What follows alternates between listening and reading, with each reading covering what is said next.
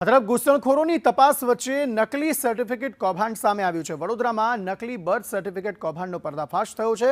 નકલી બર્થ સર્ટિથી આધાર કાર્ડ કઢાવવા જતા ભાંડો ફૂટ્યો હતો। પુરાવા રૂપે મૂકેલો જન્મનો દાખલો બોગસ હોવાનું ખુલ્યું। કાસિદ સિદ્દીકી રાબિયા સિદ્દીકીનું બર્થ સર્ટિફિકેટ નકલી હતું। પુત્ર સાદિક અને માતા રાબિયા સિદ્દીકી બંને મૂળ ઉત્તર પ્રદેશના છે। કોઈ એજન્ટ પાસે આ જન્મનો દાખલો બનાવ્યો હોવાનું સામે આવ્યું છે। પાલિકાના સેશન્સ ઓફિસરના પોલીસ સામે ગંભીર આક્ષેપ। પોલીસની ઢીલી નીતિને કારણે બાંગ્લાદેશીઓ અહીં વસ્યા છે। પોલીસ બોલાવી છતાં અડધો કલાક સુધી પોલીસ આવી નથી। સમગ્ર મામલે રાવપુરા પોલીસે માતા અને પુત્રની ધરપકડ કરી છે। વડોદરામાં નકલી બર્થ સર્ટિફિકેટ કૌભાંડ ઝડપાયું છે।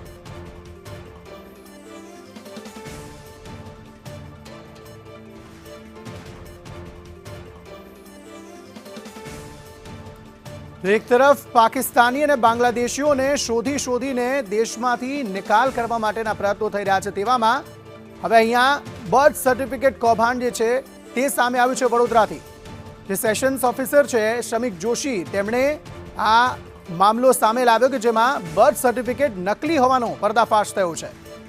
घूसणखोरोनी तपास वच्चे आ नकली सर्टिफिकेट कौभांड सामे आवता अनेक तर्क वितर्क सर्जाई रह्या छे।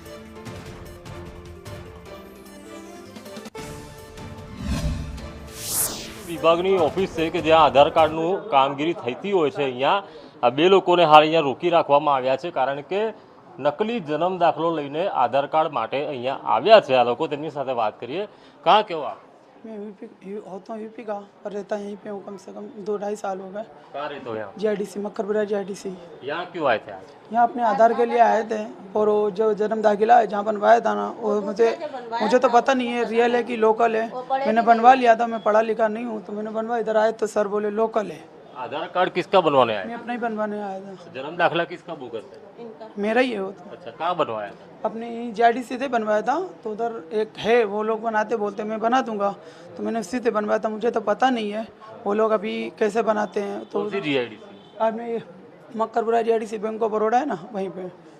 उसका नाम क्या है जिसने बनवाया? नाम तो नहीं पता है, अभी वो आ रहा है जिसे बनवाया था वो आ रहा है, वो नाम बता देंगे। कितने रुपए लिए थे ये नकली ये बनवाने के? रुपए मुझे ध्यान नहीं है, वो तो वो लोग आ रहे हैं जिसने बनवाया उन्हें पता होगा। पैसे तो किसने दिए? पापा ने दिए थे पैसे। कितने दिए वो नहीं पता? ये नहीं मुझे पता कितने। अच्छा, ये आपका कौन है? ये बेटा है मेरा। क्या नाम है? कासिद। कासिर? कासिद। कासिद नाम। हाँ। और ये जो है ये आपको पता है कि ये जन्म दाखिला बोगस से नकली है? नकली नहीं पता मुझे भाई था, मुझसे बोला कि इनका आधार कार्ड बनवाए दो, तो मैंने बनवा दिया। तो बनवाया जब इनका हमको जन्म दाखिला चाहिए तो उससे हमने बोला जन्म दाखिला बना दो, तो उसने जन्म दाखिला बना दिया। अब हम पढ़े तो नहीं है ना, हमने देखा या कैसा, और जन्म दाखिला लेके हम इधर आधार कार्ड बनवाने आएंगे। हाँ, वो भाई बोले नहीं ये जन्म दाखिला तो नकली है। तब हमें खबर पड़ी है जन्म दाखिला नकली है, हमें नहीं मालूम था ये नकली है असली। अपने पढ़े हैं नहीं भाई। हाँ। तो तुम्हारा नाम क्या है? मेरा नाम राबिया है। राबिया। राबिया नाम, पूरा नाम क्या है? राबिया शेख। राबिया शेख। राबिया शेख है और ये कासिद शेख है। यूपी के हो आप? यूपी के हैं। અહીંયા આધાર કાર્ડ બનાવવા માટે લોકો અહીંયા આવતા હોય છે અને આ ખૂબ જ મોટો મુદ્દો સામે એટલે આવ્યો છે કારણ કે એક તરફ જે બાંગ્લાદેશીઓ સામે અહીંયા કાર્યવાહી થઈ રહી છે અને બીજી તરફ આ નકલી આધાર કાર્ડ માટે આજે મુસ્લિમ માતા અને મુસ્લિમ બાળક તેમનો દીકરો અહીંયા આવ્યો છે અને આધાર કાર્ડ માટેનો જે જન્મ દાખલો છે તે બોગસ હોવાનું સામે આવ્યું છે। આપને આ બોગસ જન્મ દાખલો પણ બતાવીશું। આ જે જન્મ દાખલો છે આ બોગસ બનાવવામાં આવ્યો છે, નકલી છે। જમનાબાઈ હોસ્પિટલનું છે બર્થ સર્ટિફિકેટ, આ નકલી હોવાનું સામે આવ્યું છે। આધાર કાર્ડ માટે આ આવ્યા છે। શમિકભાઈ, આ તમારી ઓફિસ છે, આધાર કાર્ડ માટે અહીંયા લોકો આવતા હોય છે, દર ગુરુવારે આવતા હોય છે। આ સમગ્ર કિસ્સો કેવી રીતે બહાર આવ્યો, શું છે? देखो आधार कार्ड 18+ नवुं आधार कार्ड अहींया अमने परमिशन है। अमे सोम मंगल बुध गुरु शुक्र में करता जोईए छे। सोम मंगल बुध और शुक्रवारे 3 થી 5 में अमे करता होईए छे, गुरुवारे 11 वाग्याथी।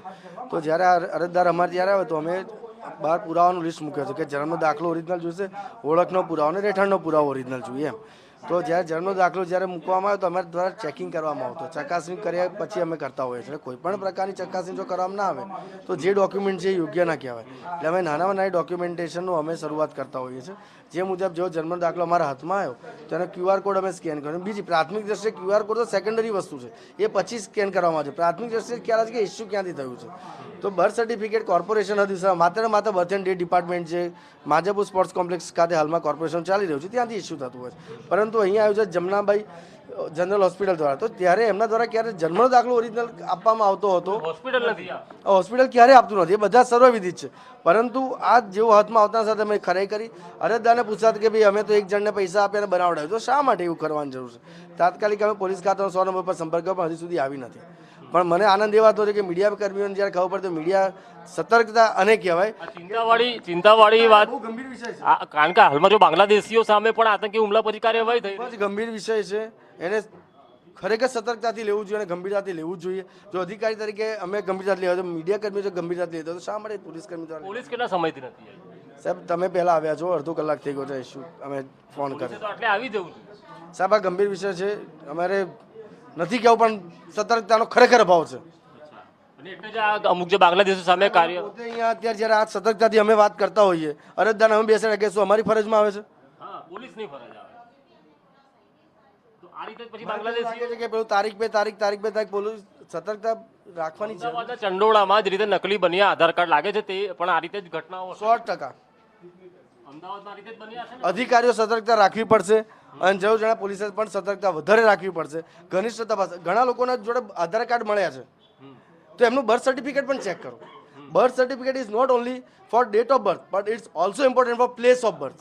હું હંમેશા કહેતો આવ્યો છું કે આધાર કાર્ડ માટે ઓળખનો પુરાવો, રહેઠાણનો પુરાવો એટલું અગત્ય નથી, બર્થ સર્ટિફિકેટ પણ અગત્યનું છે. કૌભાંડ જો તપાસ કરવામાં આવે, કૌભાંડ આવે છે, 100% કૌભાંડ છે, 100% કૌભાંડ. એજન્ટને કોઈને બોલાવ્યા છે? એજન્ટ મારી ઓફિસમાં જિંદગીમાં આવે નહીં. Samik Joshi brand ambassador for honesty, બધા જાણે જ છે. જેણે આ બનાવ્યું હશે તેને બોલાવ્યા છે, તેના પિતાને બોલાવ્યા છે? અરજદાર તો અહીંયા છે જ, હવે એ લોકો શું કર્યું છે મને ખ્યાલ નથી. હવે પોલીસને સોંપવામાં એ તો પોલીસ જ કરવાનું આવશે. આટલું મોટું કૌભાંડ, એક તરફ બાંગ્લાદેશી સામે કાર્યવાહી છે, લલ્લા વિહારી અમદાવાદમાં મોટી સંખ્યામાં બાંગ્લાદેશીઓના નકલી ડોક્યુમેન્ટ બનાવ્યા, આધાર કાર્ડ બનાવ્યા, જન્મ દાખલા બનાવ્યા, અને તેની વચ્ચે વડોદરામાં અને શ્રમિક જોશી છે કે જેઓ સેશન્સ ઓફિસર છે, તેઓએ આ કૌભાંડ ઝડપી પાડ્યું છે. અડધો કલાક થયો, પોલીસ નથી આવી. તેઓ પણ કહી રહ્યા છે કે ગંભીર વિષય છે, પોલીસ સતર્કતા રાખવી જોઈએ. ત્યારે આ કૌભાંડની તપાસ થાય તો મોટું જન્મ દાખલાનું કે પછી આધાર કાર્ડનું કૌભાંડ બહાર આવે તેવી શક્યતાઓ છે. હજુ પણ કેટલા લલ્લા બિહારીઓ વડોદરામાં વસે છે તે પણ બહાર આવી શકે છે. કેમેરા પર્સન નિકેશ ઓડન સાથે કુણાલ શર્મા, સંદેશ ન્યૂઝ, વડોદરા.